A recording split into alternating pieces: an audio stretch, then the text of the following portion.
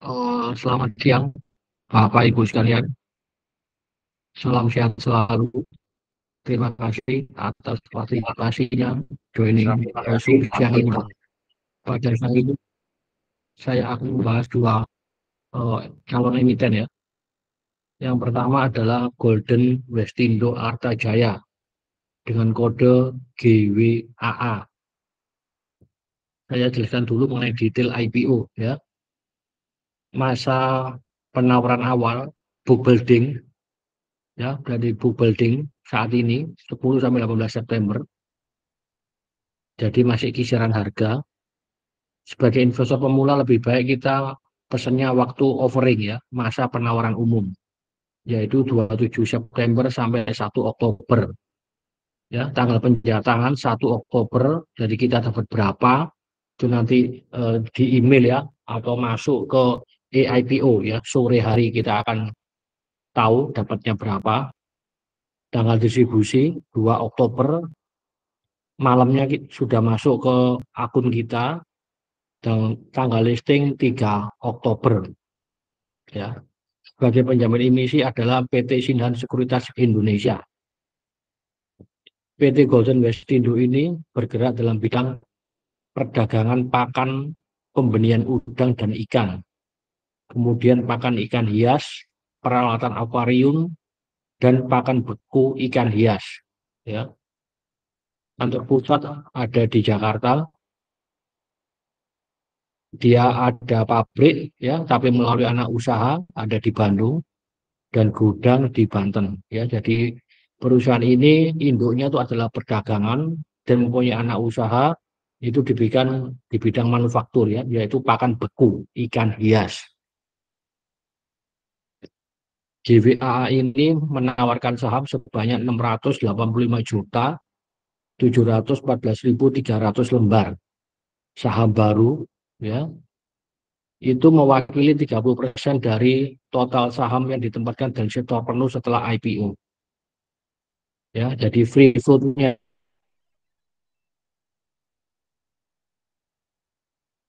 itu 30%. Nominal Rp25 per lembar, harga penawaran Rp100 sampai Rp120 per lembar. Sehingga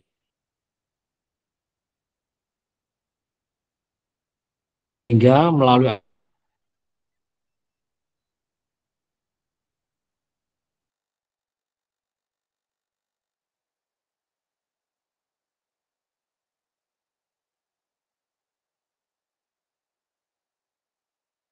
30%.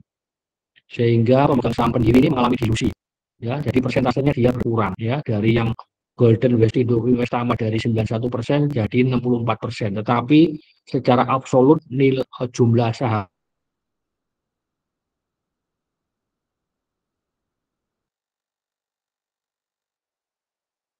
tapi tetap mayoritas ya. Ini adalah anak usahanya ya.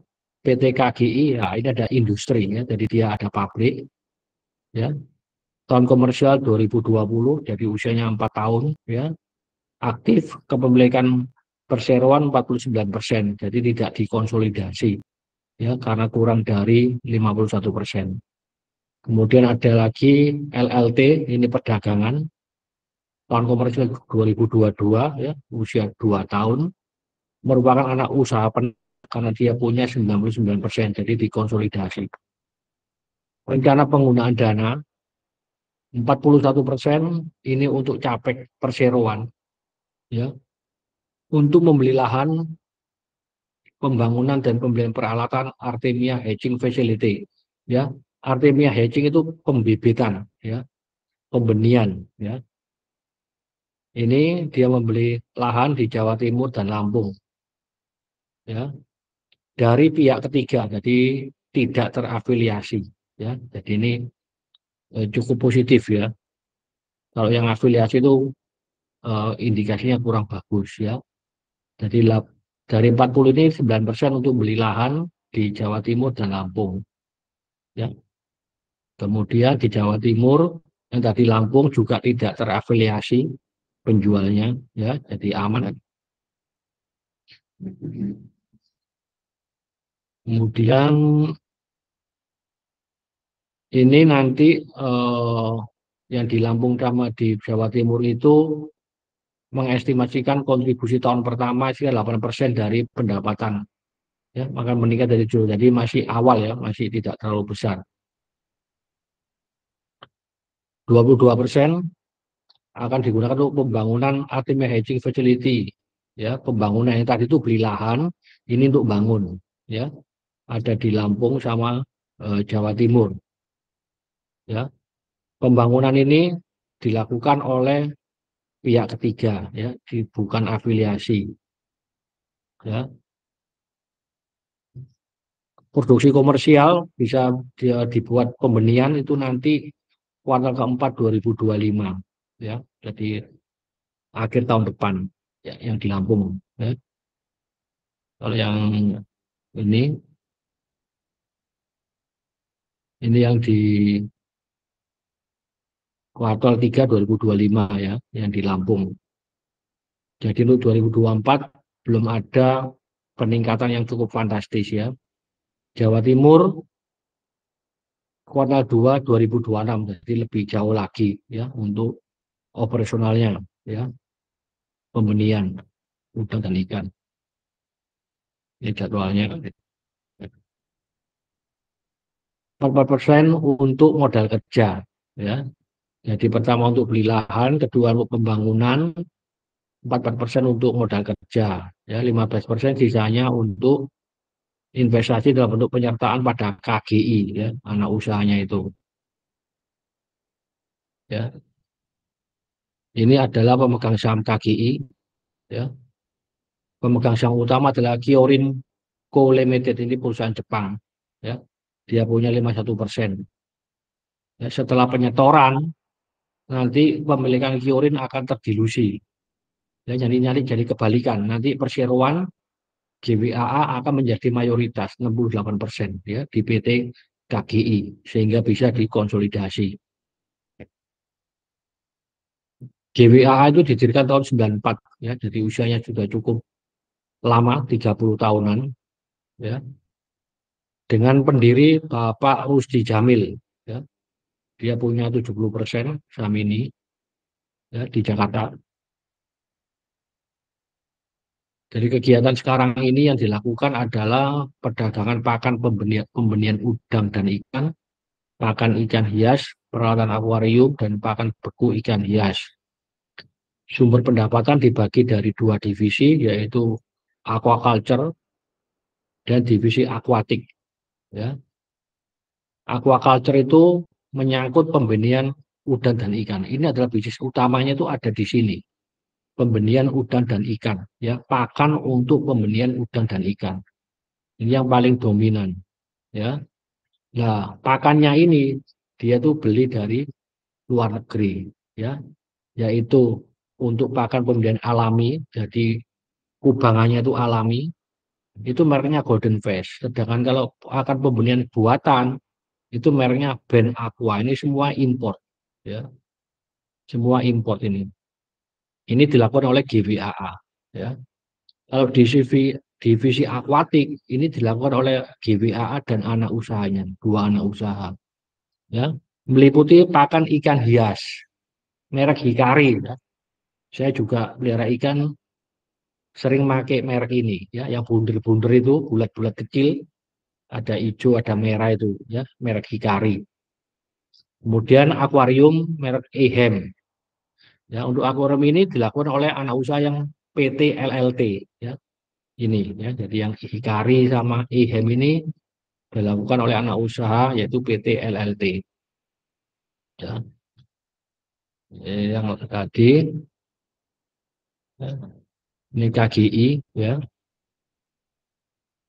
Jadi KGI itu yang merek Hikari itu, ya, memproduksi. Jadi ini memproduksi, ya. Jadi ini manufaktur, ya, manufaktur. Kita lihat, ya, komisaris orang Jepang, ya. Cuma setelah penyetoran modal, ya, mungkin nanti posisinya bisa berubah, ya, sudah menjadi milik orang Indonesia, ya.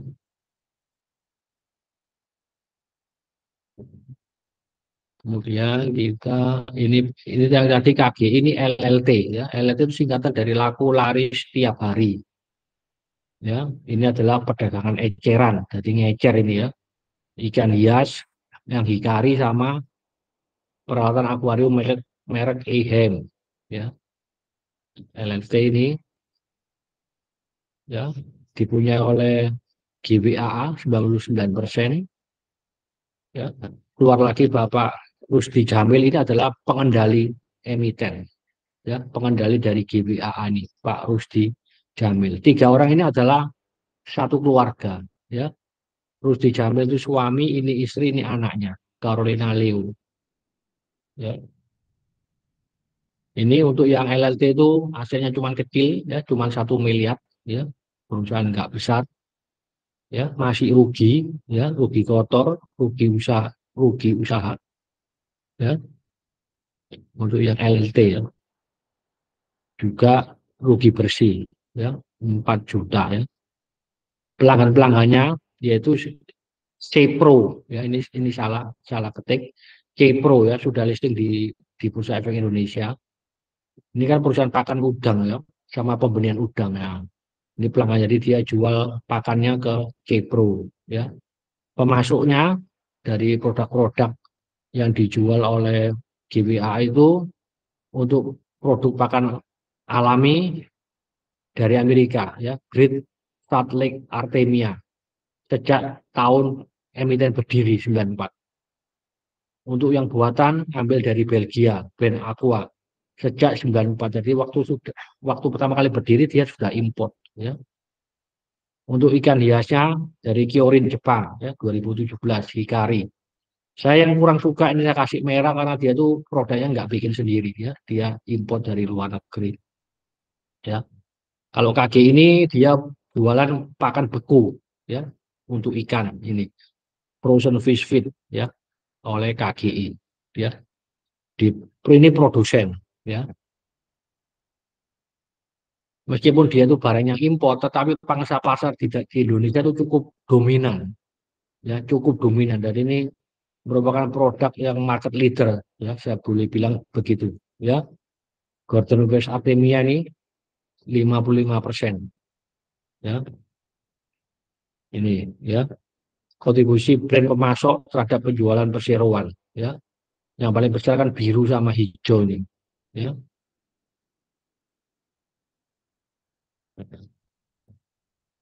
Nah, ini adalah contoh gambar-gambar dari produk dari perseroan ya. Ini produk pakan pembenihan alami atau Artemia ya, merek Golden West ya. Ini merek Benqua ya, untuk pembenihan buatan.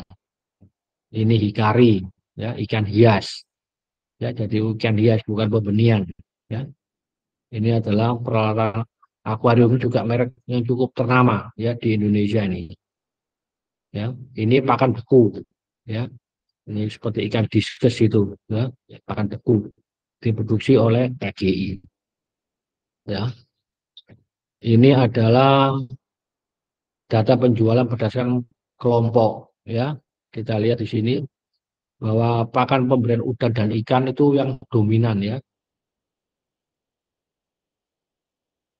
13 miliar, sedangkan yang akuatik itu 8 miliar. Cuma kalau secara tahunan ya 40-60 lah ya, boleh dibilang begitu ya.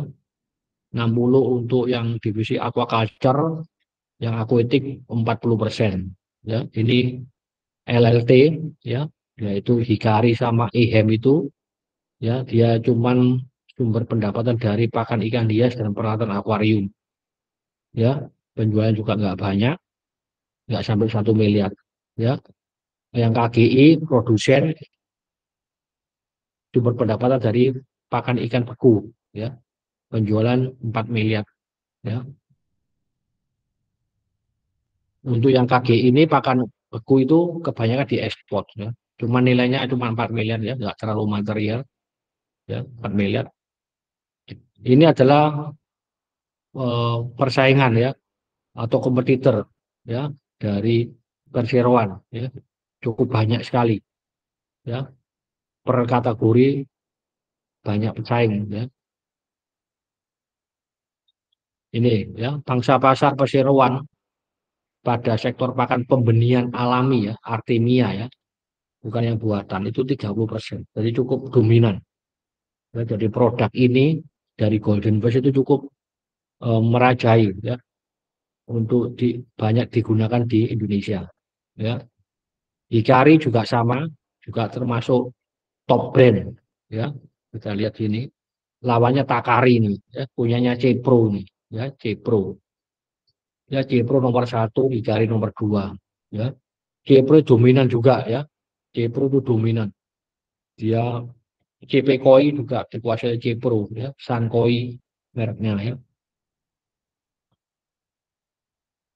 Cepro kita tahu kan bisnis apa kemudian udang itu risikonya tinggi sekali ya. Kita lihat harga sahamnya cenderung kan jelek ya. Ya, ini karyawan ya 59 orang ya per Maret 2024 ya, jadi nggak begitu banyak karyawannya ya.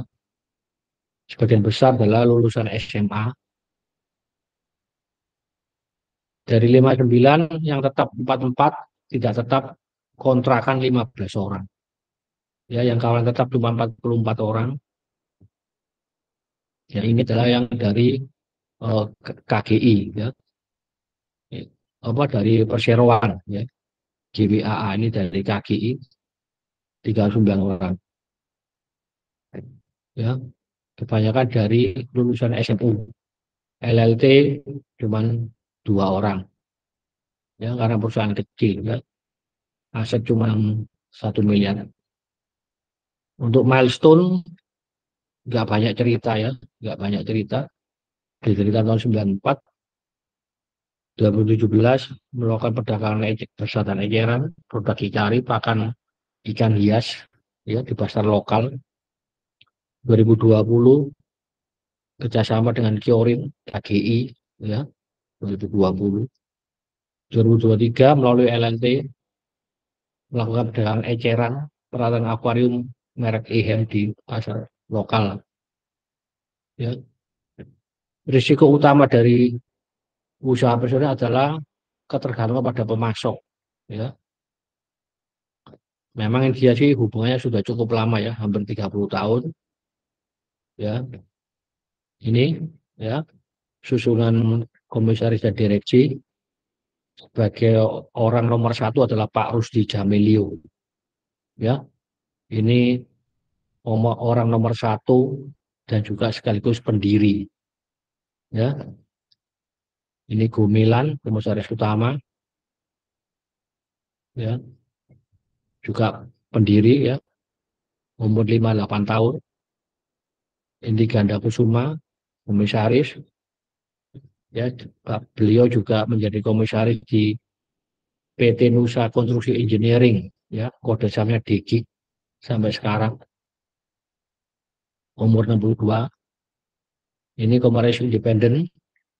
Nah ini loh Bapak Rusdi Jamil, umur 70 tahun ya, sudah cukup tua ya, sudah cukup tua. Jadi direktur mulai berdiri 94 sampai sekarang. Nah ini anaknya ya, umur 31 tahun, masih muda ya. Pengalaman kerja 2015 sampai sekarang ya, 9 tahun langsung jadi direktur ya. Erik Lemanto ini orang luar pihak ketiga ya, dia menjadi bergabung mulai tahun 2019 ya, 5 tahun ya, jadi direktur tahun ini ya. Dia lebih condong konsentrasi ke keuangan dan akuntansi ya. Ini Bapak Sudiarnoto Sugito, umur 57 tahun, tua juga ya. Dia punya pengalaman di Cepro ya, sekarang jadi direktur GWAA ya, mulai tahun ini ya 2024. Nah ini adalah hubungan kekeluargaan yang saya bilang tadi ya. Gumilan istri dari Pak Rusdi, Ibu Carolina Leo anak. Yang saya takutkan adalah mengenai regenerasi. Ya, saya ini teringat sama saham Sri, ya, waktu dirinya meninggal, ya, anaknya mungkin pengalaman kurang sehingga sahamnya turun banyak, ya. Dan saya yang khawatirkan untuk di sini adalah masalah regenerasi, ya. Ya, jadi pihak pengendali utama penerimaan manfaat adalah Bapak Rusdi Jamil dan Carolina Leo, ya, karena dia punya saham banyak ini, ya. Ini adalah laporan keuangan, asetnya kita lihat, asetnya 110 miliar, ya, bukan perusahaan besar, ya menengah lah, ya, 100 miliar, ya, 100 miliar. Aset tetapnya dominan 70 miliar, ya.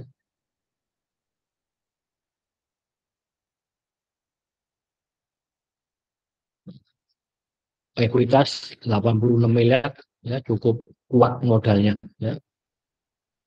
Untuk pendapatan tahun 2003 akhir 100 miliar, ya, hampir sama dengan total aset, ya. Jadi aset turnover hampir 1 kali, ya, cukup sehat, ya.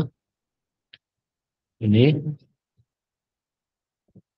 untuk laporan keuangan kita nanti larinya ke analisa rasio, ya.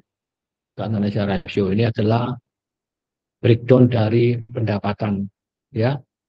Ini, ya, jadi dibagi dua, aquaculture sama aquatic. Aquaculture itu pakan pembenihan udang dan ikan, ya. Kalau aquatic ini peralatan akuarium, makan ikan hias sama pakan beku, ya. Kalau 2023 hampir sama porsinya, ya, 50% ya.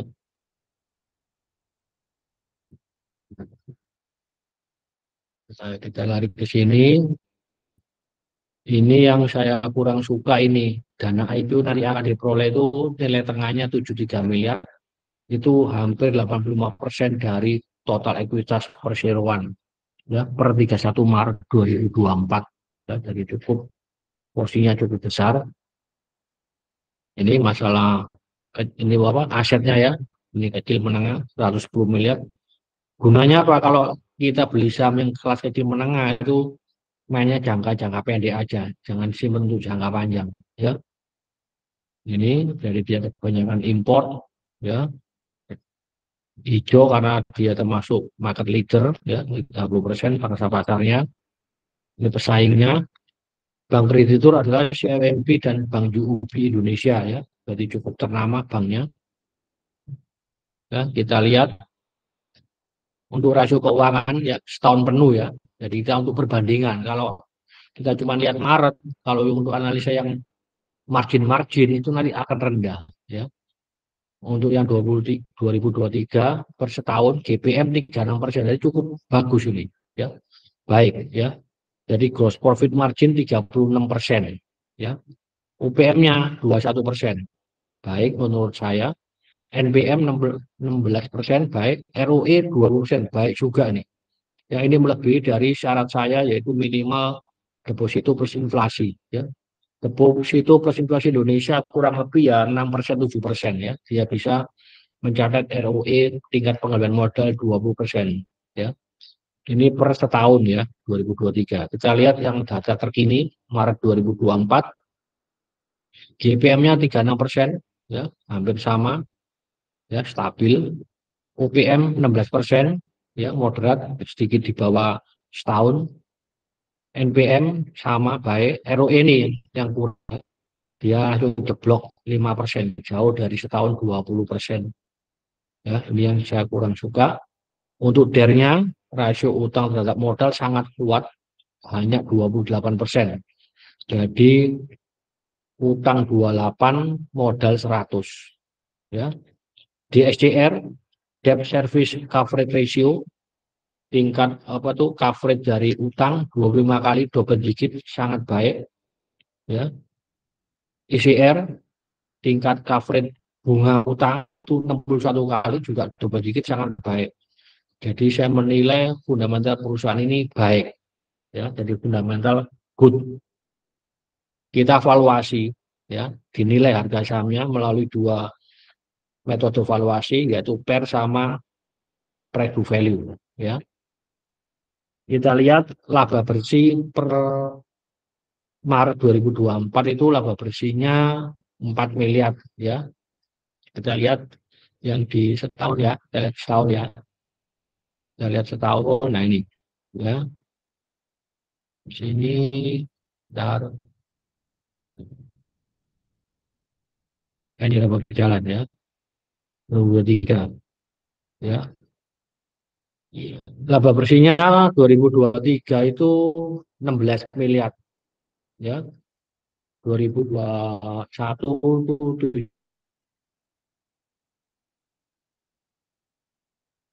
17 miliar, 10 miliar, 2022 turun, 2023 pulih dari 16 miliar. Jadi kalau yang per akhir Maret 2023-2024 ada peningkatan, ya. Maret 2023 2,4 miliar, Maret 2024 3,9 miliar, ya. Naiknya juga cukup bagus, cukup besar, ya, sehingga diperkirakan untuk tahun 2024 dia bisa mencatat laba bersih sebesar 24 miliar, ya. 2023 dia tercatat 16 miliar, ya. 16 miliar, ya, 16 miliar 2023. Jadi ini saya persentase, kemudian saya setahunkan untuk mendapatkan yang 2024, ya. Jadi saya perkirakan untuk laba bersih tahun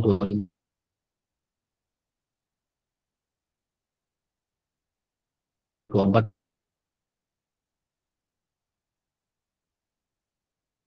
untuk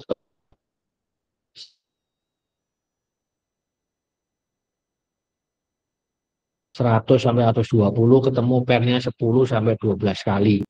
Ya, ini boleh bilang wajar, ya. Tidak murah, tidak mahal. Kalau murah itu di bawah 10, ya, ini menurut saya. Ya, kalau murah itu di bawah 10. Kalau mahal itu ya sekitar 20 kali, itu mahal juga ke atasnya. Untuk price to value, ekuitas per Maret 86 miliar, net profit IPO 73 miliar, ketemu total equity setelah IPO 159 miliar dibagi jumlah lembar sahamnya ini, ya, ketemu Rp70 per lembar untuk book value-nya per saham. Ya, 100 dibagi 70 ketemu 1,43, 120 dibagi 70 ketemu 1,71. Jadi ini cukup wajar juga, nggak mahal. Ya, kalau mahal itu secara teori book value itu di atas 3 kali. Ya, jadi kalau si wajar, saya memberi rating spekulasi buy karena saya takut dengan satu regenerasi, ya, itu yang cukup vital, ya. Mungkin kita lihatnya mungkin 5 tahun ke depan, ya. Ya, sama produknya itu import, ya, meskipun dia merupakan produk yang market leader, ya, dan juga size dari perusahaan ini nggak besar, ya. Gitu. Ya, ini sebagai pembanding untuk pakan, ya. Ini saya bandingkan dengan pakan-pakan, ya. Ya, pakan-pakan ada Caron Pokpan, Java, Kepro sama GWAA. Ya, dari DER GWAA yang paling rendah, ya. Kemudian disusul Caron Pokpan 57%, ya. Tapi semuanya ini masih aman, ya, masih di bawah 300%. Yang paling tinggi itu Java. OPM, Operating Profit Margin, GWA yang paling besar, kita kasih warna hijau 16%, yang lain 7-8%. ROE-nya yang jelek. Ini semua data per Maret, ya. 5%. Yang lain 10, 19, 11. Ya. Valuasinya Kepin yang paling mahal, ya. EBV 2,8 kali, pernya 22 kali. Murah Cepro, ya, hijau semua tapi ini jelek fundamentalnya, ya, dulu nggak bisa bayar utang, ya. Yang agak lumayan ada Java, ya, ini, ya. Jadi untuk saham ini saya rating valuasi wajar, rekomennya spekulasi buy, ya. Kemudian kalau ada pertanyaan bisa diketik, ya, di kolom chat, ya. Ya, nanti saya baca, coba saya intip, ya. Ini tulisannya menjadi besar, ya, coba, ya. Kalau pertanyaan bisa diketik di kolom chat ya, Bapak Ibu sekalian ya. Atau kalau enggak bisa tanya sekarang boleh, silakan, saya persilakan. Saya kasih data 3 orang sebelum saya lanjutkan yang kedua, atau DM saya langsung juga bisa ya, nanti sore saya jawab.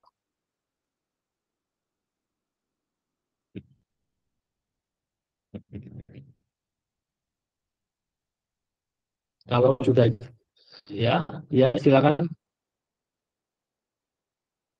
Coba ya, nanti saya besar ya. Coba saya besar sedikit. Sudah kelihatan,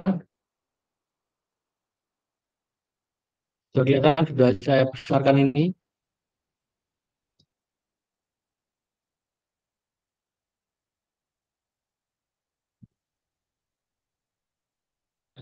Situasi baru berarti kita tuh jangan ingin lama-lama ya.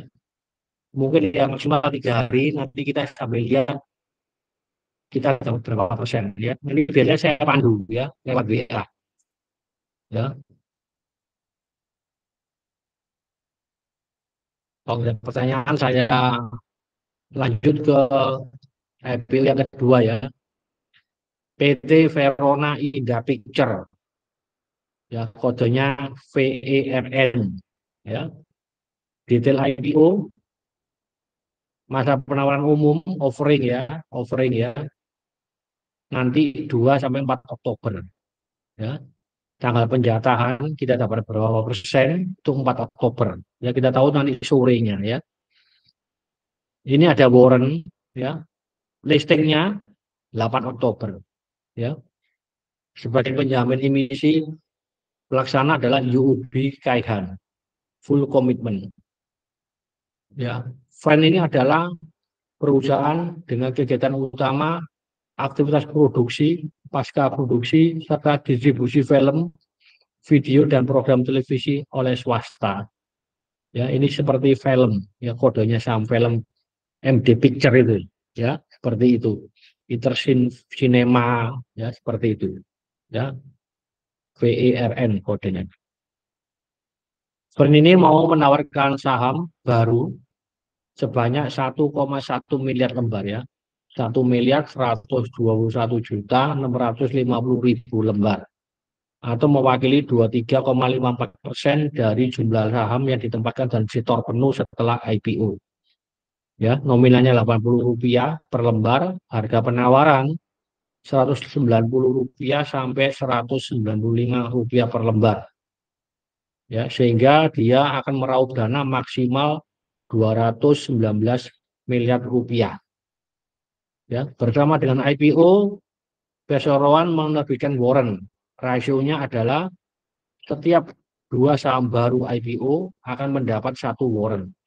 Ya, jadi Bapak kalau membeli 2 lot, dapat warrantnya 1 lot. Ya, Bapak kalau dapat 200 lembar ya 200 dibagi 2, ya dikali 1. Ya, warrant ini bisa dijadikan saham dengan menebus dengan harga pelaksanaan Rp216 per lembar. Ya, kalau kita bandingkan dengan harga IPO cukup lumayan ya di atas. Ini bisa men-trigger spekulasi bahwa harga saham bisa naik ke arah ini. Itu biasanya pikirannya pelaku pasar itu seperti itu. Ya, warrant ini bisa dieksekusi, dijadikan saham itu mulai tanggal 8 April 2025, jadi tahun depan, sampai dengan 8 Oktober 2025. Jadi umurnya cuma 6 bulan. Ya, eksekusi, tetapi bisa diperdagangkan. Ya, nanti ada kode sahamnya itu VERNW. Ya, ini bisa diperdagangkan. Ini kan ada di sini ya. Nih, perkiraan awal perdagangan warrant seri 1 8 Oktober 2024. Ya, jadi waktu listing warrant ini juga bisa diperdagangkan. Ya, tetapi belum bisa dieksekusi. Ya, eksekusinya itu nanti 2025. Ya, paham ya? Kalau nggak dieksekusi sampai jatuh tempo, ya nanti warnanya hangus, hilang. Ya, nggak ada nilainya. Ya, jadi begitu. Ini ya, yang tadi penggunaan dana. ya penggunaan dana, 7% untuk akuisisi properti berupa tanah dan bangunan, ya tanahnya 160 meter persegi, bangunannya 1060 meter persegi. Jadi ini tingkat, ya di Geraha Agri Mas, ya Kedoya Selatan, Jakarta, ya Jakarta Barat. Ruko namanya Ruko Kedoya, ya. Penjualnya adalah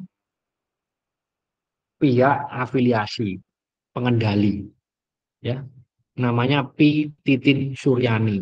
Jadi ini transaksi afiliasi, ya. Saya kurang begitu suka, ya. Kita lanjut, ya. Nilainya transaksi ini tuh sekitar 16 miliar rupiah, ya. Sisanya untuk modal kerja. Jadi 93% dana IPO untuk modal kerja. Jadi cukup sehat penggunaan dananya itu, ya. Hanya 7% untuk beli tanah dan bangunan milik pihak pengendali, ya, yaitu namanya Pi Titin Suryani, ya, nilainya 16 miliar rupiah, ya. Ini, ya, jadi Pi Titin itu juga pemilik pendiri dia itu, ya. Dia punya saham sebelum IPO itu 61%, ya. Yang kedua Bedi Kunadi 39%, ya. Nah ini, ya. Nanti masyarakat masuk di sini dia memegang 23,54% masyarakat free float-nya, ya. Pemegang saham pengendali tetap P. Titin Suryani 47%, ya. Warren ini diberikan ke pemegang saham baru yang lewat IPO itu secara cuma-cuma gratis, ya.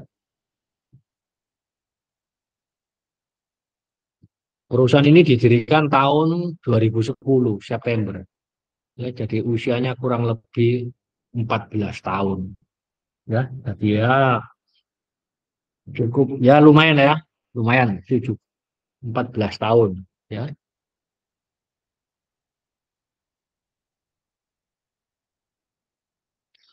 Ya, jadi produknya adalah production house, ya, PH, ya, rumah produksi film, ya, video, ya. Kita inilah, ya, sinetron-sinetron yang pernah diproduksi oleh Friend ini, ya, VERN, bawang putih berkulit merah, ya. Ini episode yang paling banyak, 204 episode, ya, ditayangkan di Antv. Dia juga memproduksi film-film yang bisa dilihat di VTV, ya. Ini digital, ya. Istilahnya itu OTT, ya. Istilahnya itu OTT, ya, TV digital. Ini tahun 2021.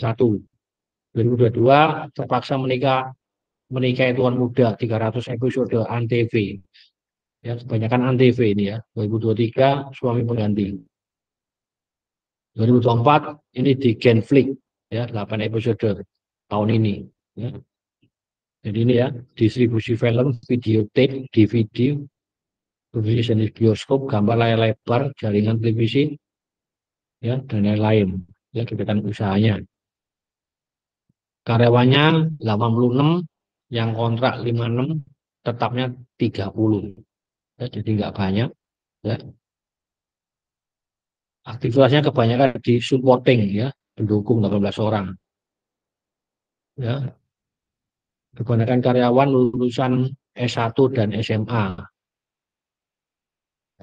Persaingan usaha, ya ini, ya, persaingan usahanya, pesaingnya dari VERN itu adalah MD Picture, kode sahamnya film, Triple Multivision Plus, RAM, RAM, ya, yang sudah listing. Ya, ini punyanya Punjabi ini, ya. Kalau yang belum listing ada Falcon Picture, Rapi Film, Soraya Entertainment, ya. Jadi seperti itu, ya, bisnis dari VERN, ya. Ini OTT itu, ya, TV, ya, Netflix itu namanya istilahnya OTT, ya. Ini ya, bisnis digital menggunakan platform YouTube, Instagram, website Verona. Ya, WeTV itu punyanya perusahaan Cina, ya, Tencent. Ya, tahun ini dia sedang memproduksi film layar lebar di bioskop, ya, 5 judul film.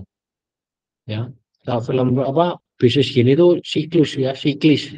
Ada musimannya, biasanya itu menjelang liburan-liburan itu pendapatan banyaknya di sana, ya.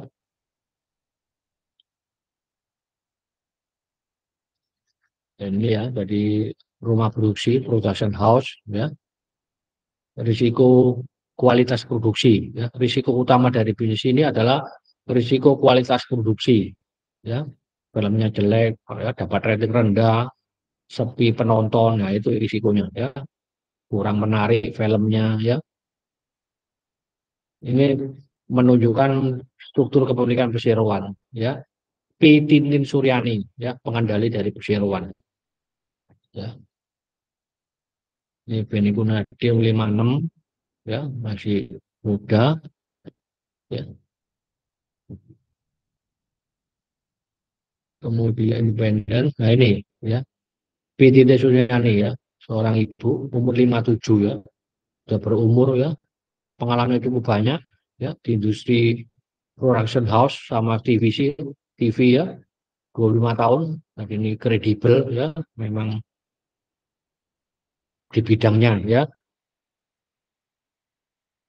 Dwi Suwarno Lobo ini operasional, umur 53, juga punya pengalaman di bidang production house sama film, ya. Dia pernah kerja di Tripar, RAAM, ya, Maxima Picture, Cinema Mart, ini cukup orang penting juga ini, ya. Kalau ini Ibu Evi ini bagian keuangan, ya. Ini, ya. Jadi dia memproduksi film, jasa produksi sinetron dan serial TV, FTV. Ya. Cuma sekarang ini lebih banyak sumber pendapatan dari sinetron, ya, yang serial TV belum ada. Ya. Laporan keuangannya, perusahaan ini asetnya 346 miliar, ya, lebih besar dari yang tadi yang 110, ya. Jadi ini perusahaan menengah, ya, tapi belum 1 triliun, ya, 350 miliar rupiah, ya.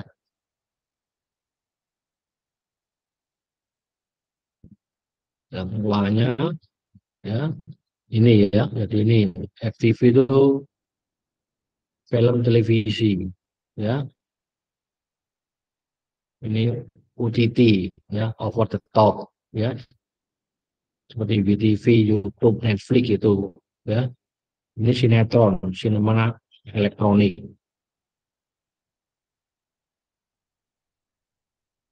Harga pelaksanaan 216 rupiah per lembar, ya, di atas harga IPO 190 195. Ya. Kemudian dana yang diraup ini cukup besar porsinya terhadap total aktiva dan total ekuitas, ya. Ini, ya, 60% dari total aktiva dan 67% dari total ekuitas.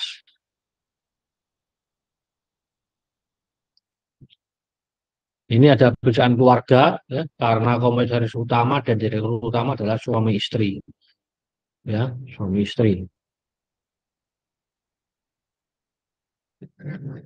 Bank kreditur tidak ada, ya, ini yang saya agak agak was-was ini, ya, ya, ini rasio keuangan per setahun 2023, ya. Jadi kita lihat setahunnya. Kita lihat dulu setahunnya, GPM 20%, ya, ini moderat menurut saya, ya, nggak terlalu tinggi. Ini perusahaan jasa, ya. UPM 14%, NPM 11%, ROE moderat, ya. Kalau yang per Maret kita lihat, kita bandingkan GPM 24%, ya, lebih tinggi dari setahun. UPM juga sedikit lebih tinggi, NPM juga sedikit lebih tinggi, ROE-nya jeblok, ya, 3%, ya. Ya, untuk DER-nya sangat kuat, 11%, ya, modalnya cukup kuat. Kita lihat di ECR. cuman single digit. Yang tadi kan double digit. Ya, saya kasih buruk, ICR sangat baik. Ya, dari ini semua saya memberi rating fundamentalnya itu moderat. Ya, moderat. Ya. Untuk net profit kita lihat per setahun, ya, setahunnya kita lihat untuk bisa tahu memperkirakannya berapa. Ini ya, 2021 7 miliar, kemudian 11 miliar, melonjak dari 27 miliar ya, 2000 akhir 2023. Kita lihat yang per Maret 2023 4 miliar, 2024 9 miliar ya, hampir lebih dari 2 kali lipat ya. Jadi per Maret akhir 2023 27 miliar, saya perkirakan tahun 2024 dari 27 naik menjadi 50 ya, hampir double ya, karena saya mengaca dari yang per Maret 2023 dibanding Maret 2024 ya, dengan perkiraan laba bersih tahun 2024 sebanyak 50 miliar rupiah, ketemu IPS-nya 10 rupiah ya, dengan harga 190 sampai 200 ketemu PI-nya 19 sampai 20 kali, nggak murah ya, nggak murah. Kan lain beli yang tadi kan sekitar 10-an ya, ini mendekati 20 ya. Book value kita hitung 1,7 1,8 kali. Nah, ini wajar ya. Jadi saya juga masih buy. Untuk perbandingan kita lihat perbandingannya ya. Film ini asetnya besar 1,7 triliun, juga raksasa ini. RAM juga sama 1,5 triliun. Keren cuma 350 miliar ya. Tapi dari sisi penjualan, Fern ini nggak kalah ya.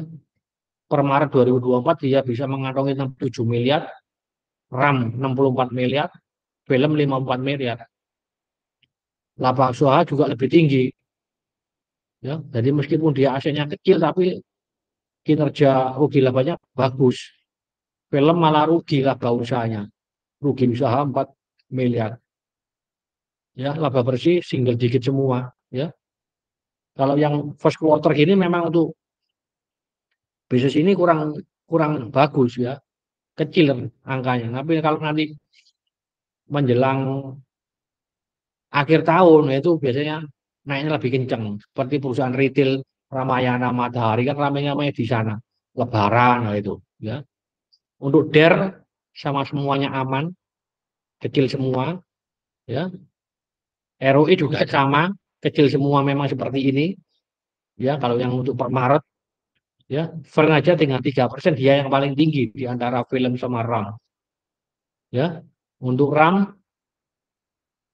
R-nya ini negatif karena EPS-nya negatif, film malah tinggi ya. Jadi ini termasuk lebih baik lah valuasinya dibandingin dua yang lain meskipun dia PR-nya tinggi ya. Jadi saya rekom eksplosif buy ya, juga karena faktor dari ini perusahaan yang boleh dibilang keluarga ya, suami istri ya. Seperti itu ya. Kalau ada pertanyaan silakan bisa diketik atau bisa langsung tanya, silakan. Kalau malu bisa DM. Nanti video saya juga saya sharing ya, saya share ke WA ya untuk video siang ini. Ada pertanyaan saya tunggu Bapak Ibu sekalian. Ya, jadi keduanya ini boleh beli ya, cuma jangan simpen lama-lama ya. Nanti biasa saya pandu ya. Soalnya saya lihat nanti dia dapat berapa persen ya. Cuma sekali lagi Desember on ya, keputusan akhir berada di tangan Bapak dan Ibu sekalian. Saya cuma bisa memberikan penjelasan dan penilaian saya ya.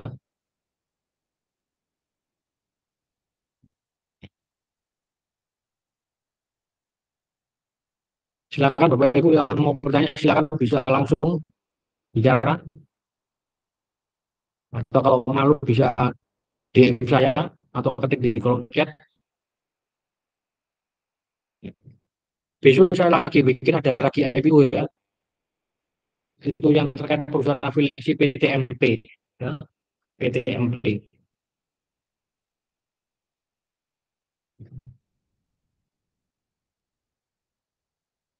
Namanya itu apa tadi? Print, perusahaan terkait kemasan ini, Master Print, ya, Master Print ini anak usahanya PTMP. Ya. Cuma saya lihat sekilas ini perusahaan kecil ya, nggak sampai 1 miliar. Ya. Kalau nggak ada pertanyaan, saya akhiri ya, Bapak Ibu sekalian ya. Sebelumnya saya minta maaf jika ada kata-kata yang berkenan ya. Salam sehat selalu ya. Tuhan memberkati kita semua. Selamat siang ya. Saya izin untuk close Zoom ini ya. Terima kasih.